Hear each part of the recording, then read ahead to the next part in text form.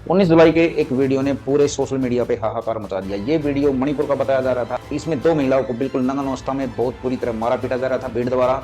इसमें मारने पीटने की हद इन्होंने बिल्कुल खत्म कर दी थी। वहां पे मर्द और औरत के फर्क बिल्कुल नहीं दिखाई दे रहे थे। इस घटना के बाद मणिपुर का नाम सामने आया। आरोप ये भी लगे कि वहां के मुख्यमंत्री ने लगभग 2-3 महीने से वहां पे इंटरनेट सेवा बंद करा रखी थी। इन महिलाओं के बयान से पता चला कि इन महिलाओं को पुलिस ने ही भीड़ के हवाले किया था। क्या इसके पीछे की कोई घटना दर्दनाक थी? क्या इसके पीछे बहुत बड़ा षड्यंत्र था? क्या इसके पीछे की कुछ कहानी थी? चर्चाएं होने लगी थी मणिपुर के बारे में। उससे पहले मणिपुर कहीं भी हाईलाइट नहीं था। आज की जो रिपोर्ट है वो मेरी मर्जी पे नहीं है, वो आपकी मर्जी पे है।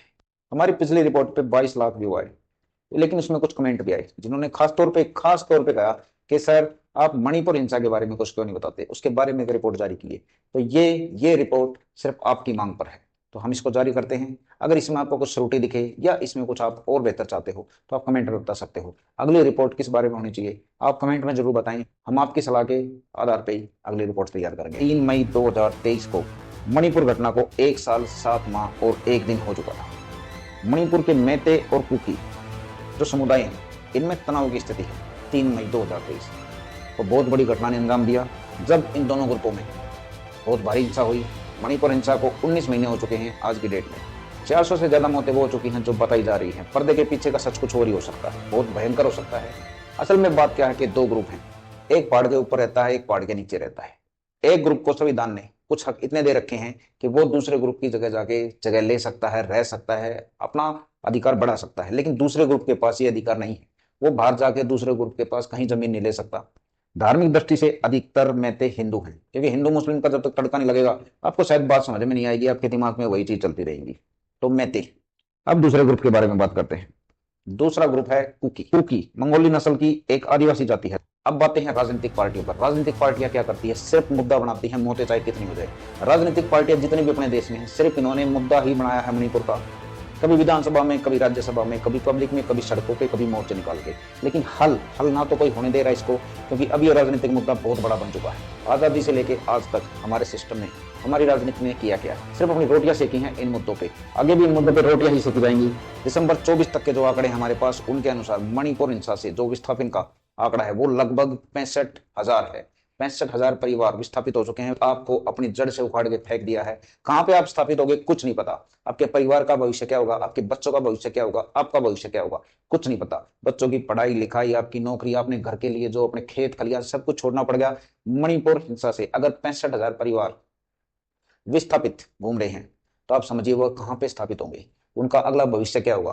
फिर उन्हीं को रिफ्यूजी कह देंगे, उन्हीं को घुसपैठिए कह देंगे। बहुत सी चीजें होती हैं, पब्लिक के मुंह के आगे मैदान पड़ा है, वो कुछ भी कह सकता है। लेकिन सोचिए ये हिंसा अगर आपके साथ होती, ऐसा माहौल आपके साथ होता तो आपका क्या होता।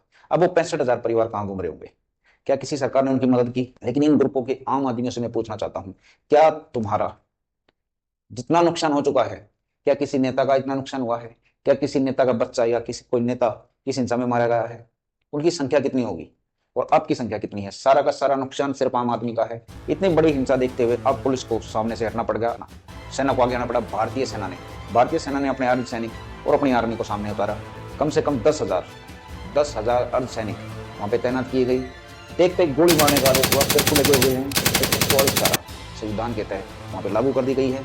अगर कोई दिखेगा तो उसको गोली मार दी जाएगी। लेकिन इन सबके बीच में वहां के आम आदमी का क्या, जो आदमी अपनी रोज की रोजी रोटी कमा के, मजदूरी करके, काम धंधे करके अपने परिवार का पेट पालते हैं, क्या क्या ये ऑर्डर या ये कर्फ्यू उनको दे पाएगा कुछ?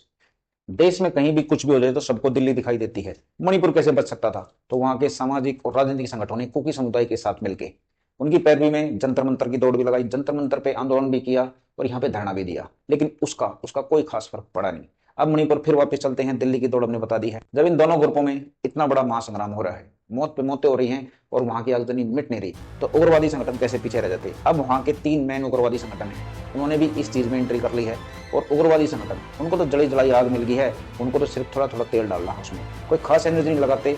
सिर्फ उनका काम क्या है, इस आग को बुझने ना देना। राजनीतिक सिस्टम या रसूख वाले आदमी इससे बच कैसे जाते हैं, वो इसकी चपेट में कैसे नहीं आते? राजनीतिक या रसूख वाले क्या करते हैं, सिर्फ आग में अपने मतलब से तेल डालते हैं। तो बुझाना है या उसको लगाना है।